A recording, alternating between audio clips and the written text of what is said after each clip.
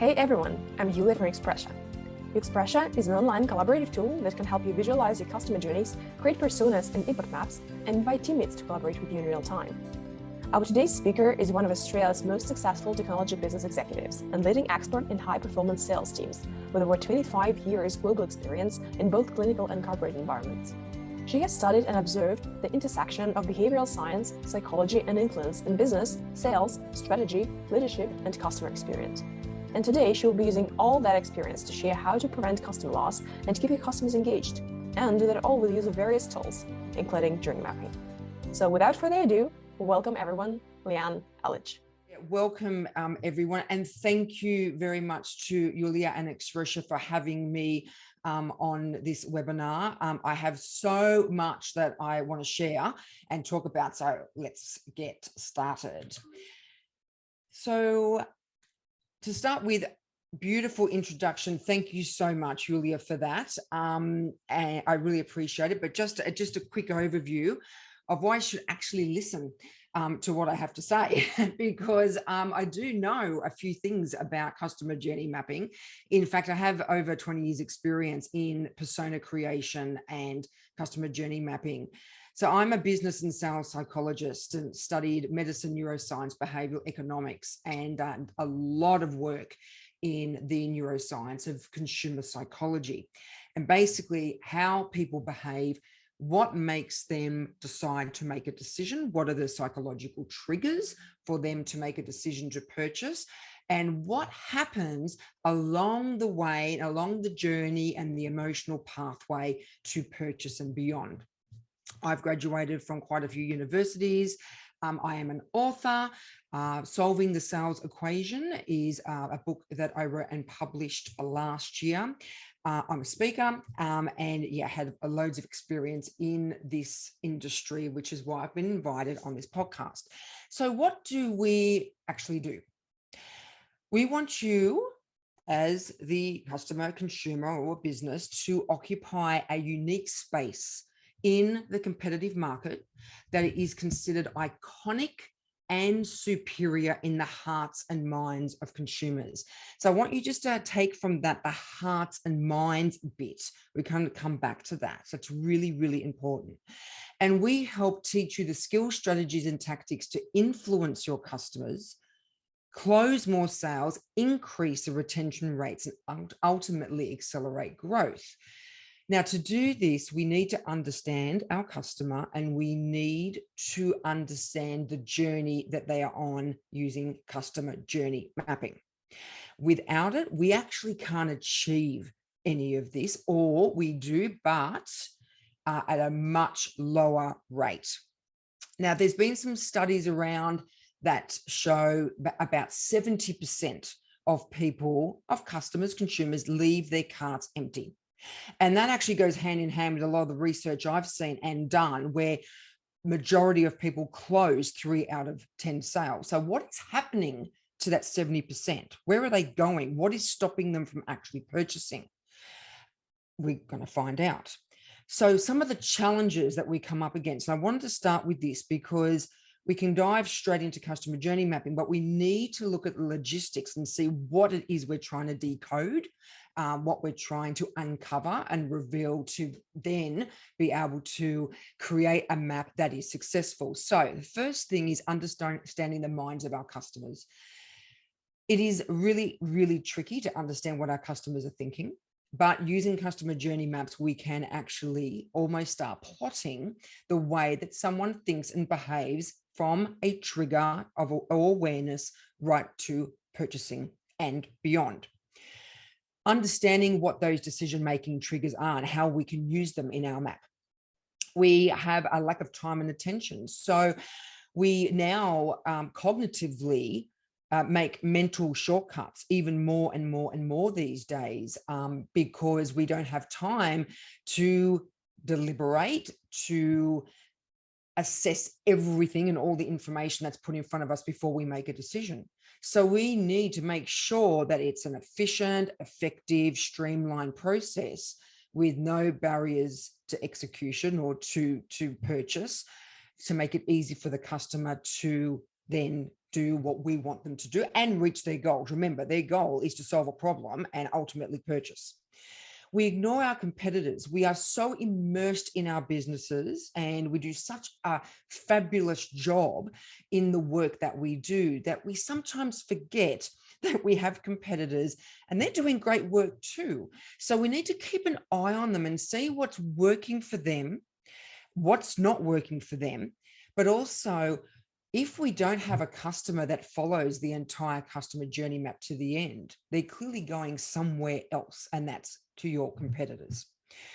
We lack the confidence and the skill in upselling and cross-selling. And I get this all the time from all colleagues, friends, clients that say, oh, I don't want to be pushy. I don't want to be salesy. By the way, I absolutely love sales, you can probably tell. But I don't want to be pushy. And no, there's no need to be pushy. There's no need for that salesy kind of feel. But in terms of customer retention, we need to find ways and have the confidence to be able to upsell and also cross-sell. We put way too much emphasis on price. In fact, the majority of customer loss is not price. Surprisingly, we think, oh, we're too expensive, and that's why we've lost them. Actually, it's not. It's actually the experience.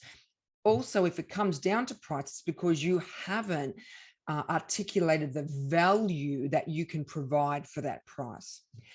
And what we think are good ideas are quite often bad ideas. It's hard for us. What we think is happening may actually not be what's happening or what is needed. So we might think we've absolute genius coming up with a certain idea or concept, but it actually is detrimental to our business. So it's being able to identify those. And we underestimate the importance of emotion and behaviors, which is the foundation to any kind of decision making.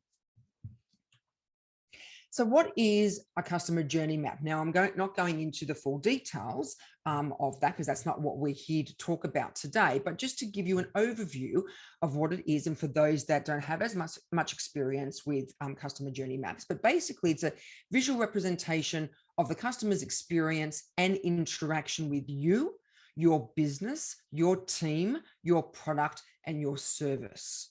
Everything from the minute the customer thinks they want to purchase something to purchasing and beyond. It's an understanding of the needs and concerns. So customers need to solve a problem. We need to help them solve a problem. What is that need and what is the concern that they have, and how are we going to help them solve that? It identifies the motivations and the barriers to purchase. So we can have a look at these phases and say, okay, this is what stopped the customer from pursuing and they've dropped off, or this is what's kept them on their path all the way to the end. We can identify those drop-off phases and what we can actually do to prevent or reduce the risk of more drop-offs. Remember, we've 70% abandon their carts, 70% of sales we miss. Where are those 70%? We need to bring them back. Customer journey maps are not linear by any means. Very, very rarely are they linear. They are bidirectional, cyclical, and multi-channel. They are very curly. There's twists and turns. It's not complex, but it's not straight point A to point B, which we'll talk to in a minute. And a customer journey map is an emotional pathway to solving a problem. And we'll be talking quite a bit about emotion because emotion is what makes us purchase. So from point A to point B, we think we can get our customers easily, but it's not that straightforward. There are a lot of touch points, there are a lot of triggers, there are a lot of actions, a lot of emotions, a lot of behaviors in between point A and point B, where someone can either stay on or drop off a customer journey map. There's been many, many, many studies of decision making and what we use to make a decision, especially when we're purchasing, but just decisions in general. And over 90% is based on emotion and 10% is based on logic. And I'm going to give you an example, and I use this quite often, and it's about buying shoes. So I'm actually going to go and buy shoes. Now, those of you that know me know I love shoes. I actually love all accessories and fashion, but shoes in particular. Now, do I need a pair of shoes? Of course I don't. I've got a cupboard full of shoes, but something has triggered me to think, oh, I like that pair of shoes, whether it's a memory, whether it's a smell. So again, we're going into these cognitive senses. It's a smell, it's a sound, it's something in a department store that I've thought, oh, I'm walking subconsciously towards the shoe department. And I see these shoes, because when we buy something, there's two things we're trying to achieve. We want to feel good and we need to solve a problem. So buying shoes makes me feel good. That's the emotion. Does it solve a problem? Yeah, it does, because I need shoes on my feet. So yeah, it solves a problem. But do I need these shoes? Of course I don't. I've got 100 pairs. But for me, it makes me feel good. It gives me a sense of sort of myself and what meaning there is to me. I love shoes. It's very, very symbolic for me. The other thing about these shoes is that I need to then justify the purchase. So I've got the emotional intent, feeling good, but what problem is it solving? Now I need to justify that. So I do that quite easily, mind you, by saying, well, they're on special. I don't have that color. They've got quite a nice heel. It's a good height for walking around the city. I've been walking around the city of Sydney a lot lately. And we have lots of cobblestones down Circular Quay and the rocks, and your stiletto can get stuck. So this heel is really, really good for that. They're in a different color. They've got a buckle. So there's all these logical things that I'm trying to do to justify buying these shoes. All these touch points and all these triggers and emotions and behaviors that I'm experiencing, your customers experience too. And it's what we can do to grab them, pop them on the journey, take them on the shoe journey, even though it's not shoes, could be shoes, but regardless of the product or service, and take them on the journey to the end to buy them, to make them feel good and solve a problem. So what we think is happening here is 1 + 1 = 2. Makes sense, right? But it doesn't. That's not what happens. What actually happens is 1 + 1 = 3. Because we have so much emotional intent when we buy and make a decision, that amplifies the solution. So the 2 becomes a 3. In fact, it could be 1 + 1 = 30. There is so much more to just stepping through a journey and getting a result. It's, again, not linear. It is very, very exponential. And the more of a positive experience and a fabulous experience that you give your customer, the bigger that number becomes, and the more likely they are to stay on the journey, to be follow-up customers, to then refer to lots of people and friends and become, part of your long-term business. So there's lots of things that happen from point A to point B. Why do people behave this way? Now, I could talk about this slide for about 3 hours, but we don't have 3 hours, much as listen to me 3 hours, but there is so much about behavior and purchasing and customer journey maps. So it's amazing, actually, amazing area to study. But there's 3 main areas that I want to discuss and talk with you guys about. And the first one is information, the information that we receive, that we interpret, that we take in. It affects our behavior and our decision-making. Our social interactions, that includes demographics, psychographics, the people that we come in contact with, that changes our behavior and decision-making. And then we have the psychological factors of logic, cognitive thinking, emotional, our emotions, culture, that influences our behavior and decision-making.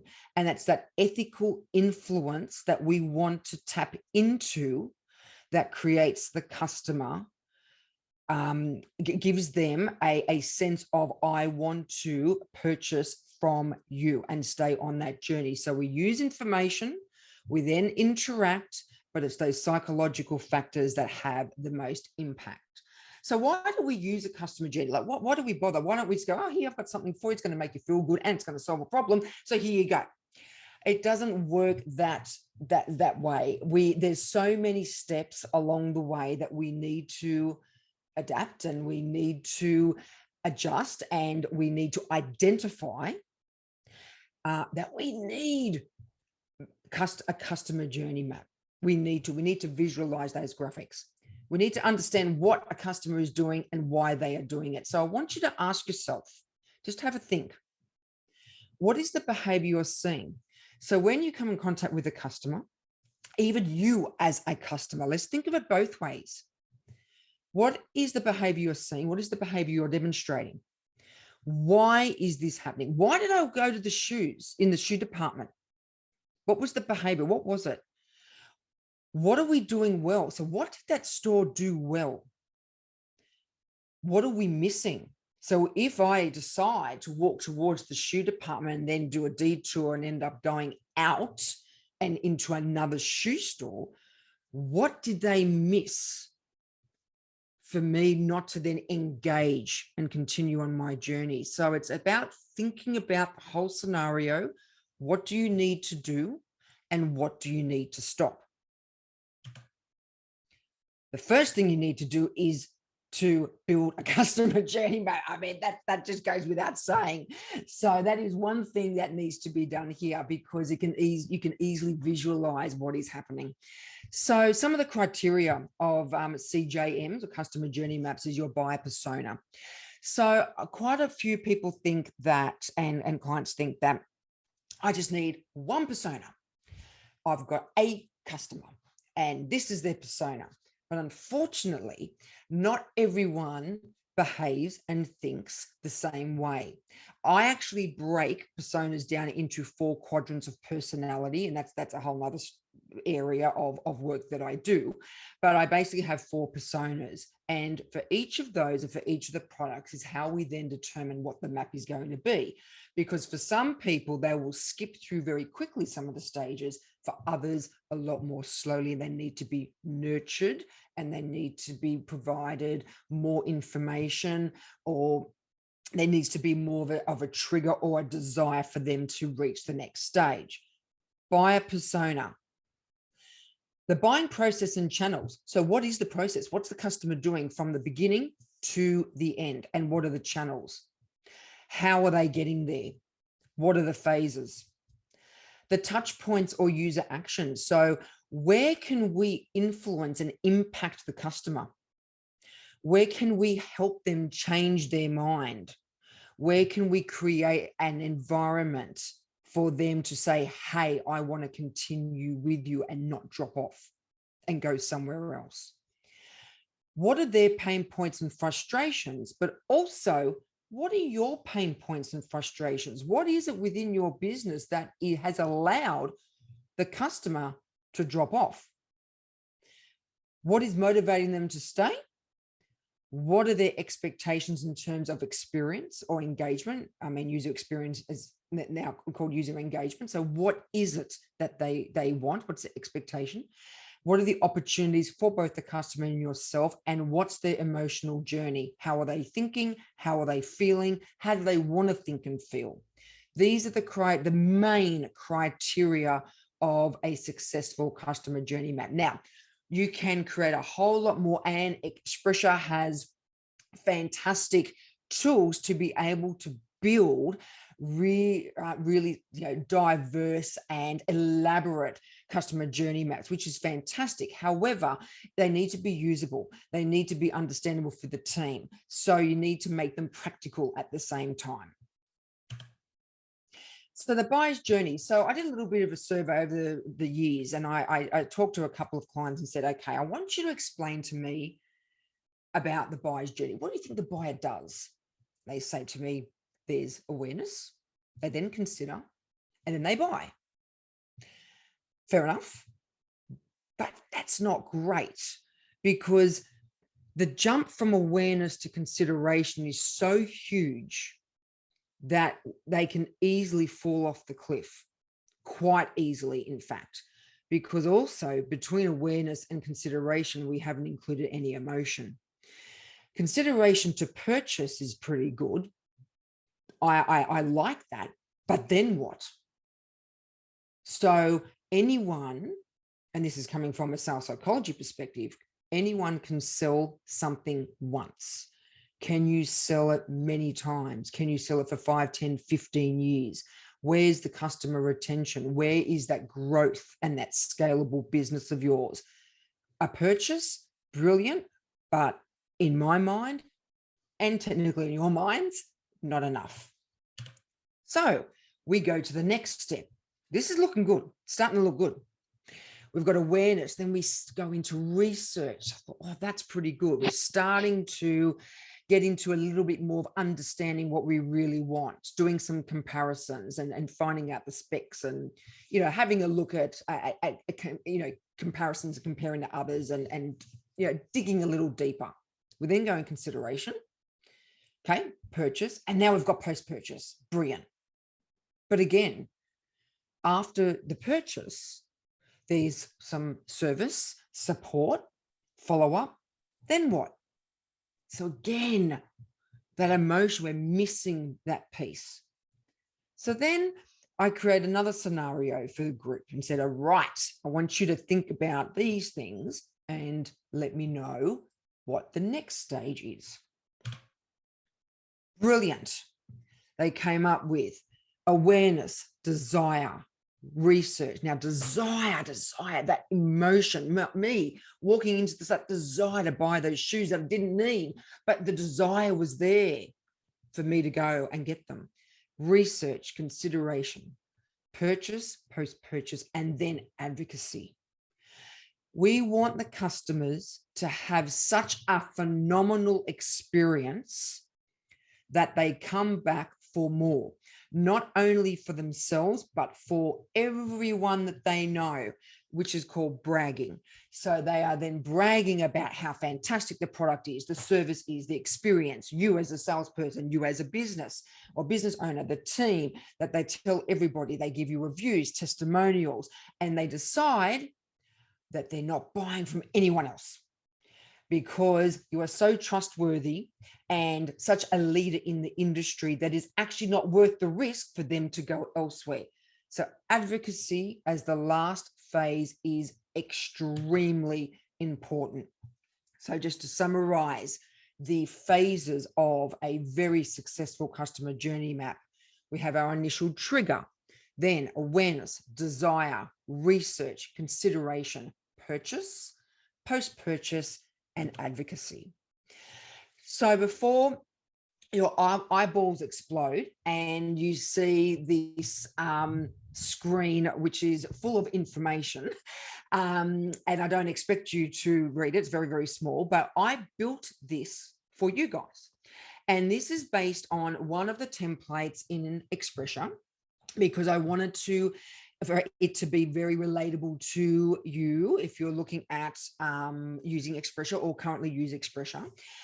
So it all looks familiar and the colors are familiar and the format is familiar. It is very detailed, although I do have the 7 phases plus the trigger. Now, ideally, you want between 5 to 8 phases is what I generally recommend.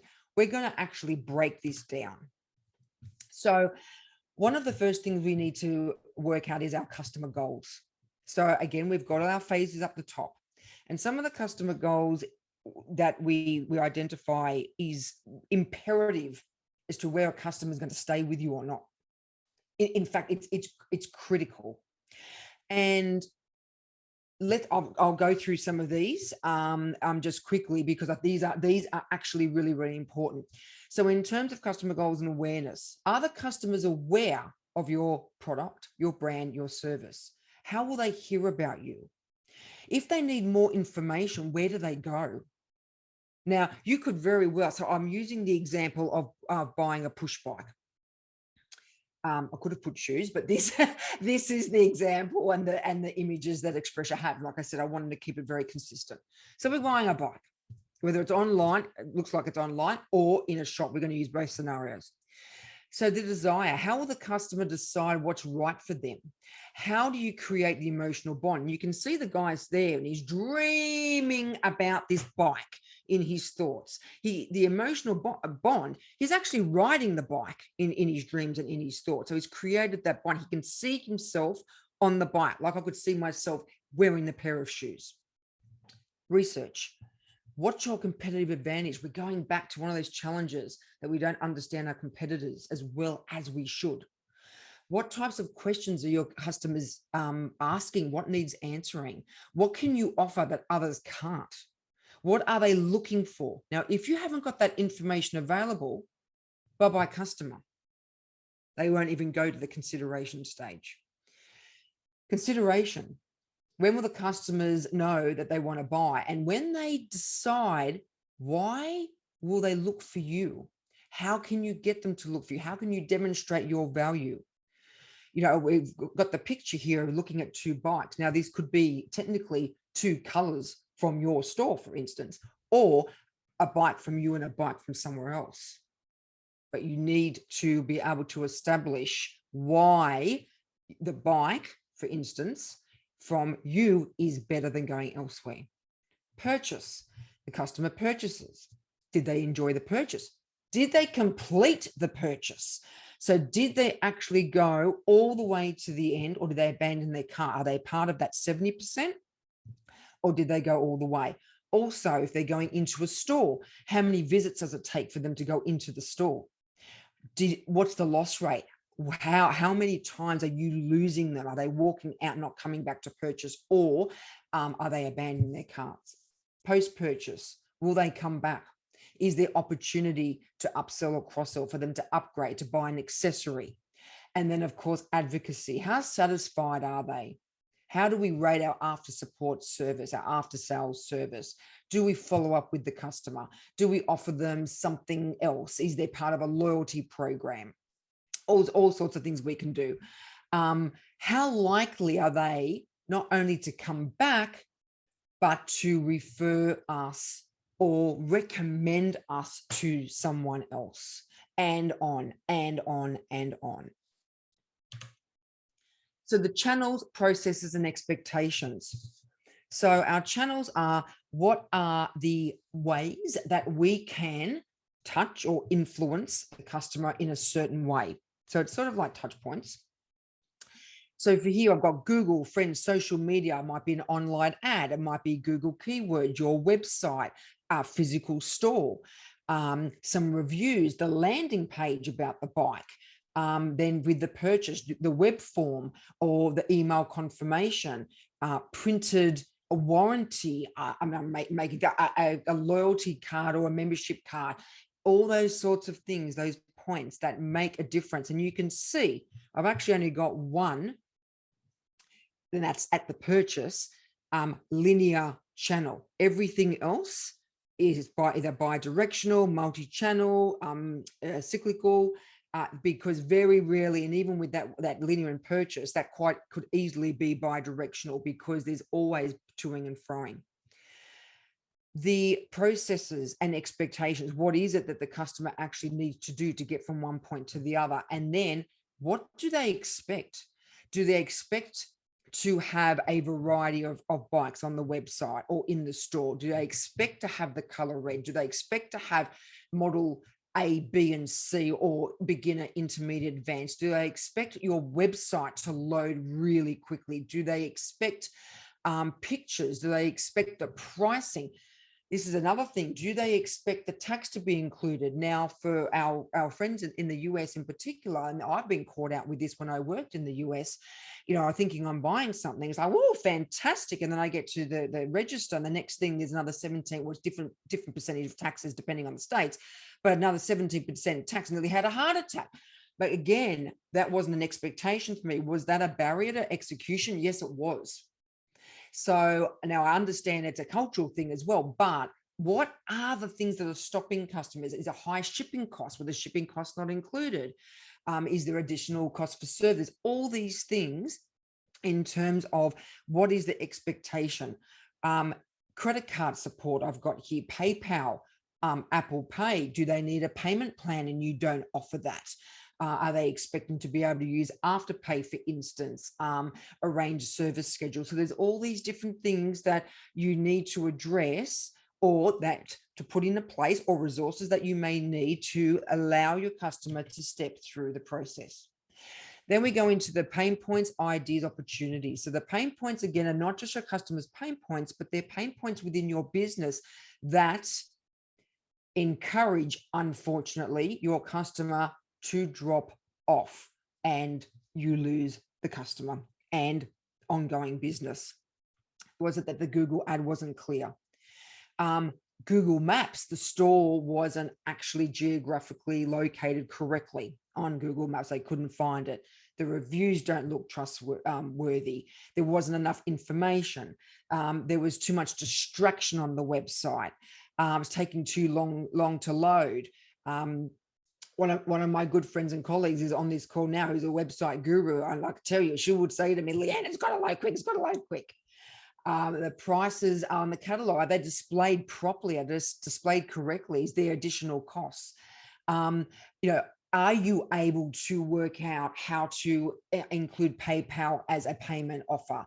Are there additional surcharges for credit cards? Are you able to talk to the banks to remove that? What are these barriers? What is getting in the way?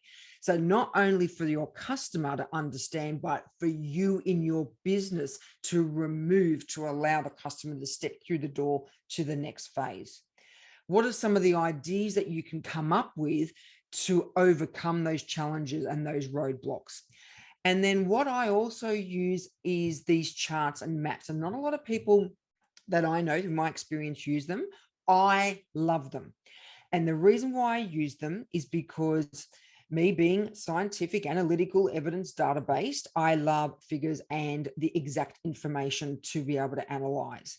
So what I've done here is, so for instance, I've looked at awareness. I've looked at a Google ad, TV, website, friends, and I've plotted that, which is getting the most traction, which is the most beneficial, which is then causing the barriers to customer loss.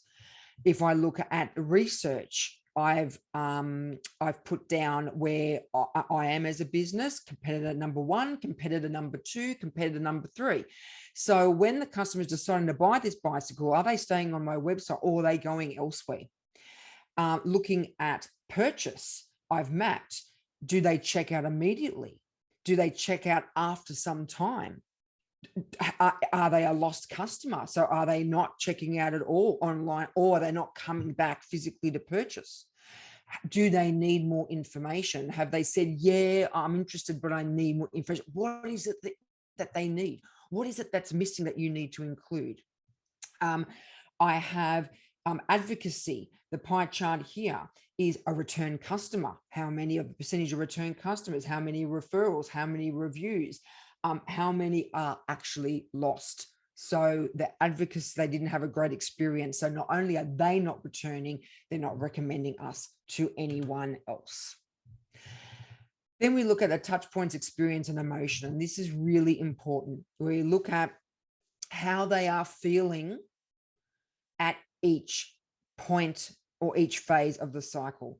And I always plot a positive journey and a negative journey, looking at those motivations, looking at those pain points. What is it that is causing the customer to remain on the green journey all the way to the end and beyond? And what is it? And at what point have they been distracted or annoyed or disgusted? That's one of the emotions. I mean, I know that's extreme, but that is one of the emotions for them to say, absolutely never doing business with these people ever again. So there's two psychological principles. And I mentioned them very, very quickly. I touched on, I was going to talk about these. And one's a peak end rule and the halo effect. And this is how we can actually subconsciously influence our customers. So the peak end rule is that we judge an experience based on the peak and the end, so a peak and the trough of an experience. So if we had a fabulous experience, the peak is super high, and at the point where it wasn't as great, it's still reasonable, we will judge every experience with that company, with that product, with their services as being great. So if we have a higher peak and a higher end, we have a higher positive experience. However, if we have a lower peak and a lower end, we have a higher negative experience. So even if it's a lower end and then a higher peak, it doesn't matter. We need to have a high peak and a high end all the way to keep them on that journey. The halo effect. This displays the tendency for people to have one positive experience, or there's one positive trait, to then guide their opinion as positive for everything else. So it might be, oh my gosh, when I bought that pair of shoes, the sales assistant came over to me immediately and got me the size, and it was fantastic. They're the best shoes ever. That's the best store ever. You've got that experience that then not only influence but amplifies the actual the total experience that you have and the total belief of a customer, of of a brand or a business or a product. So when customers have a positive experience that's reliable, important, authentic, trustworthy, they are likely to return. So we have 3 moments of truth. The moment to trigger a touch point, the customers are forming or changing their opinion on your brand, product, or service. And those 3 moments of truth are when a customer first encounters your product, customer experience your product, and the customer's reaction to the product. And then when they give feedback, even if it's just mental feedback to themselves. So if we align this with the phases of our customer journey map, we have awareness and desire. They come in contact, the purchase when they're using, and then the post-purchase and advocacy. They are the 3 moments of truth, all emotional. So let's have a quick look into some of the insight into loss. And these are some pointers for you guys to take away as well. What are we doing at each phase? What is working? What is not working? Why is this happening? What is the customer's behavior at each of these stages where we're losing them? How are they feeling? Is there grief? Is there annoyance? Is there frustration? And what are the desires or needs that aren't being met? What are we doing to not meet the customer's needs, desires to solve their problem? And the opportunities to gain. What do we need to start and stop or start doing? What are our competitors doing? What they're doing is working. What is working? What is that we do that's working? How can we implement a new strategy? What resources do we need? And how would our customers feel if we did all of this? The one thing I have to recommend out of all of this, and I'm going, next slide's going to be the takeaway pointers. We think a customer journey is a certain way.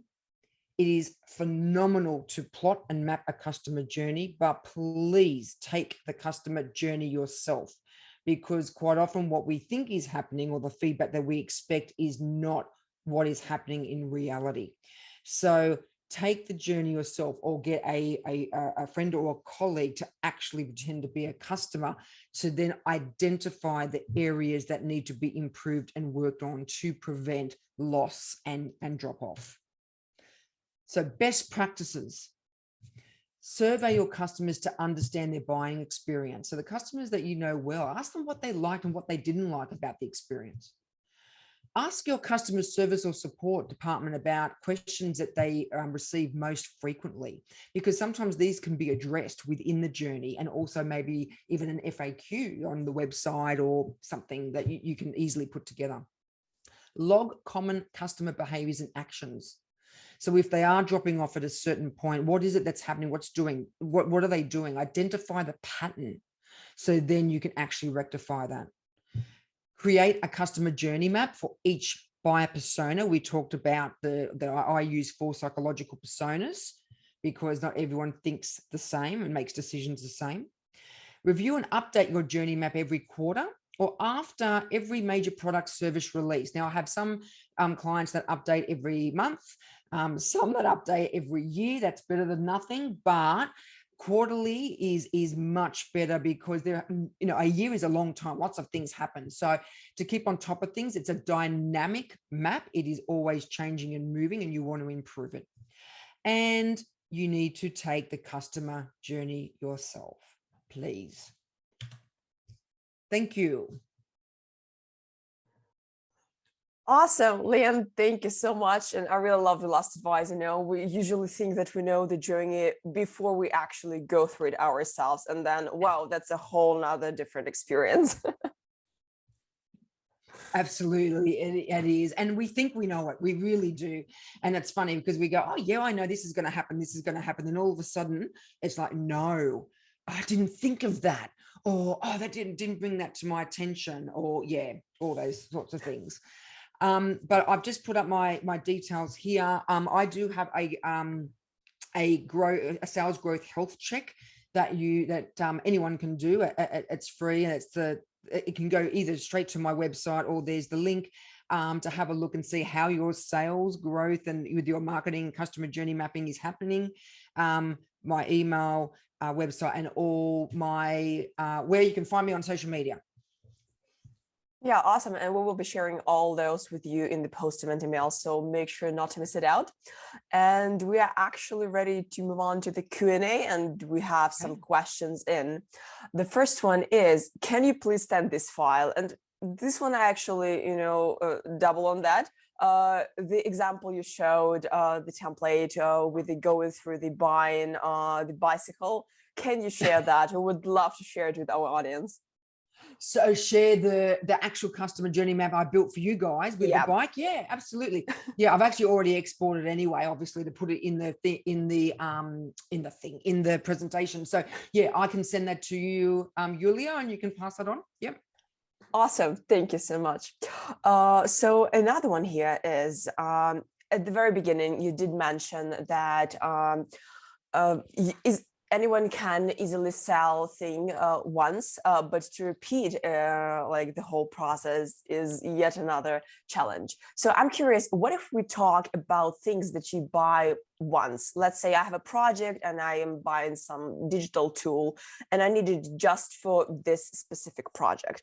Or let's say I'm planning to get married just once, not anymore, and I need a wedding gown. What stages of such a journey would be most important to the business, in your opinion? Yeah, so true. You only want to buy one wedding dress. However, the experience you have isn't just once. So what happens is, and this is where people go, well, I can sell that once, but will you then advocate for that bridal shop? Let's say it's bridal shop A. Let's say, oh, it's beauty and bridal. I just made the shop up.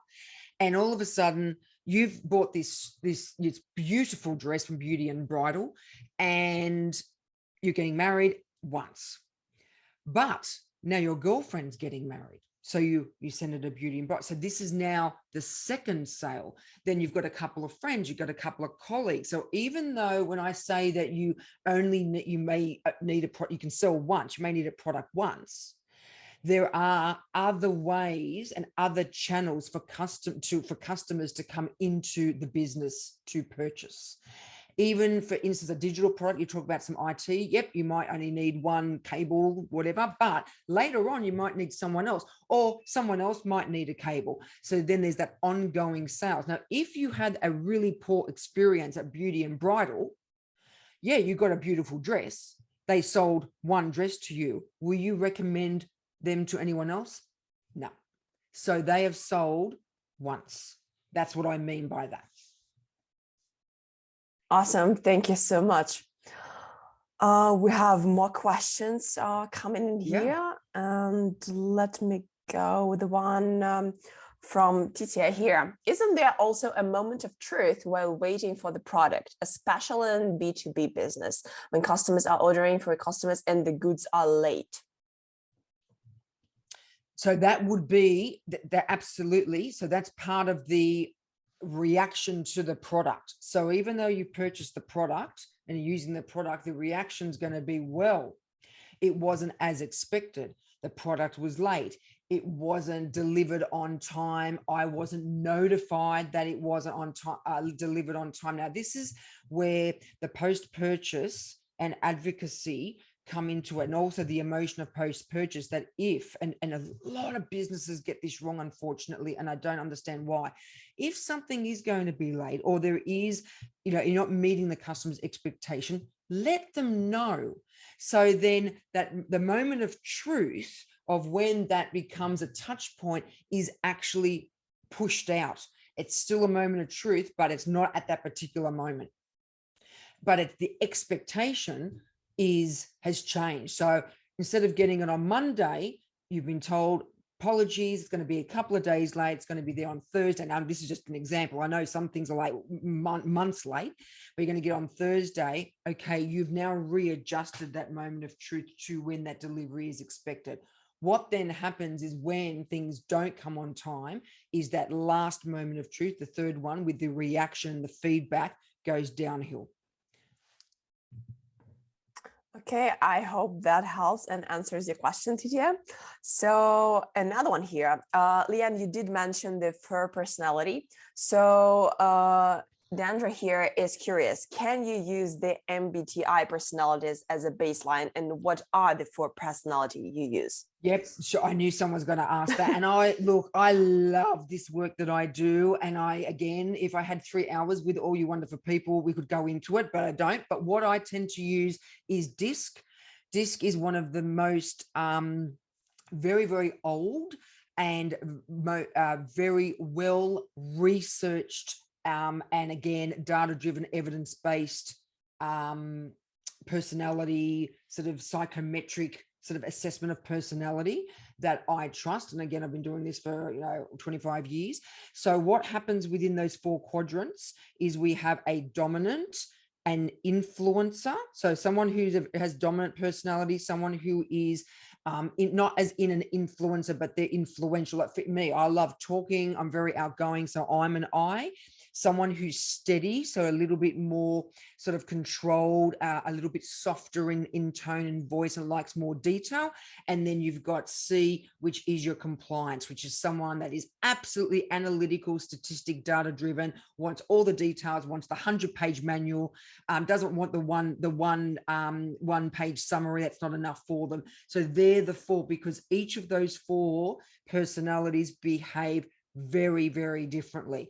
I do teach the details of each of those, but obviously we don't have time here. I hope that helped.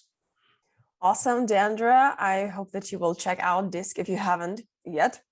We have another Or if you want more info, just send me an email. Yeah, sure thing. And you can also find link to Leanne's LinkedIn in the chat. So feel free to connect and ask more about that. We have a question from Nina here. What are the best ways to collect post-purchase feedback? Whew, that's fabulous, and all fabulous questions, but that's a great question, because information is power, and it makes you a better person and provides a better experience. So customer surveys are good. However, we need to be really careful, because we are getting bombarded with emails, with surveys, with feedback forms. And it's, people are just ignoring those kinds of things because they just don't have time. We talked about right in the beginning of the presentation about being hyper connected. What I find is best is to have a survey with maybe 5 to 6 questions only that will take, so they need to be strategic questions that will take less than 60 seconds, with only 1 question that requires text. So if you have all those other, so from 1, 2, 3, 4, 5, I drop down menus, or you choose the stars, or you choose a certain thing, which are really, really quick, and then have 1 as text, because you obviously want to get a little bit more feedback and information. Some people will ignore that. Some people will actually fill it in. And it's that information that you get from those that fill it in will be really, really beneficial. But yeah, around about 6 really punchy, catchy questions. And also, when you are sending out a feedback form or giving it to a customer, let them know how long it's going to take, because we automatically think it's going to take 5-10 minutes. But if you say, no, it's going to take you 30, just over 30 seconds, less than 60 seconds, they're willing to do it. Great, thank you, Nina. I hope that it will help you with implementing this in your work. We have another one here, a very specific one from Martin. Are customer Okay. journeys same for subscription model? People are not buying once, but they get subscribed to your service. Mhm. Yes. Was there? Did I miss the question? Yeah, like our customer journey is Oh, the same for subscription. Yeah. yeah. So is it the same for subscription? Yeah. So with subscription, absolutely. So any kind of SaaS models, software models, anything like that, absolutely. I've done a lot of work with SaaS actually, and what happens is this is even more important because even though there is the next purchase, then the next purchase, the next purchase, a customer will always look for a better deal. They will always look for what else there is, well, what's up and coming, what's new, whether they can be an early adopter for someone, for something. So even though they're locked into a contract, not locked into a contract for the rest of their life. So when that ends, where do they go? Do they repeat the business with you? Do they go somewhere else? So it is really, really important that the customer experience with SaaS or subscription-based services is spot on. Martin, I hope that answers your question. And we have another one from Sohail here. Leanne, you did mention a lot about the emotional part of the whole journey, which, well, basically is at the core of it, at the core of every purchase. How to get to know which thing will make emotional bond with customer? So as in how you yourself will make an emotional bond with the customer or the product? Sohail, please let us know. I'd assume that this would be a product. Okay. Well, I mean, that's a little bit tricky. You want to create that. So that's in the desire. So that's in the desire stage. So what it is trying to understand really what type of customer, what your audience and the personas, this is where personas are very important, are going to step into the bike shop, for instance. So let's just keep it with the bike example. So out of those 4 personalities, you need to be able to provide information that will connect with each of those 4 personalities so there becomes an emotional bond. Now, for some people, they will want something that's really quick. They want something that is straight to the point with all the details. For others, they will want pictures of people on the bike, what you can do with the bike, the reviews, how you dismantle the bike, how you put it together, how you put it in the car, all that, them feeling a sense of that holistic experience with a bike, for instance. So there needs to be both options available to the customer, but not in your face. It could be the initial part with then learn more or find out more or discover more. So then if someone wants to step a little bit further down the journey of the desire, they have the option to do so. And then that will fulfill that emotional bond. Awesome, thank you. Yeah, Sohail mentioned with the product, so my assumption was right. Okay, so another question from Arnab here. How do you identify a potential advocate using journey maps? How do you identify? To be honest, I actually don't pick and choose my advocates. I have an expectation that everyone is going to be an advocate. So I create a customer journey and an emotional pathway to potentially set every single customer up to be an advocate. Because once you start picking and choosing, you start then compromising the experience that you provide to all your customers. So it should still be a really good experience all the way. But some people will emotionally bond differently, but still expect that everyone could potentially be an advocate.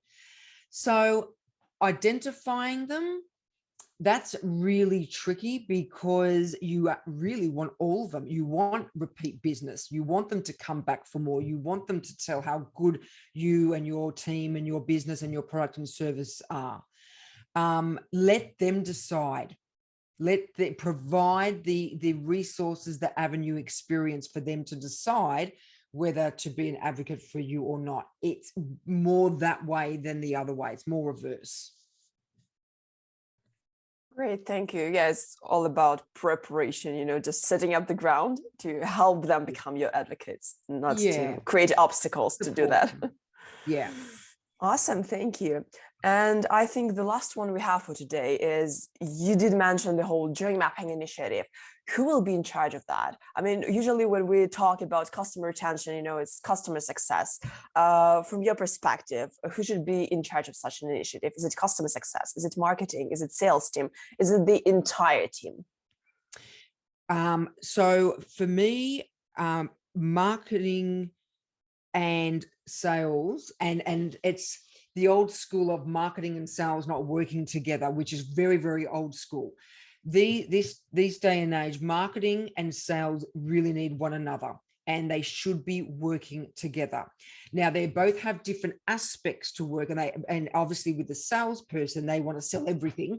With marketing, they want to actually segment and be really specific. But in terms of the customer journey is more sales, but the persona of the person, of that target person or the target audience, would be definitely input from marketing. The customer, if there is a customer success or customer service or support team, they also need to be involved, because that is your purchase to post-purchase to advocacy. So I'm all about including everybody. However, there needs to be someone that actually takes lead of this project initially. And for me, that would be the sales team. Now, not everyone might agree with that, but that's in my experience. That's what I think. But there has to be, marketing needs input and discussion and brainstorming, and same with customer success and support. Awesome. Yeah, it's all about collaboration in the end, since we're all working towards the same goal. That's right. And that's what it creates, that strength of integrity and reputation and authority within a business, and business owners and people that work within a business, you're the expert. So why don't you put all your heads together and become a superpower, as far as I'm concerned. If you want to see more events like this, make sure to check the upcoming ones at UXPressia.eventbrite.com, or check the recordings we've got on this channel. Take care, and I will see you around.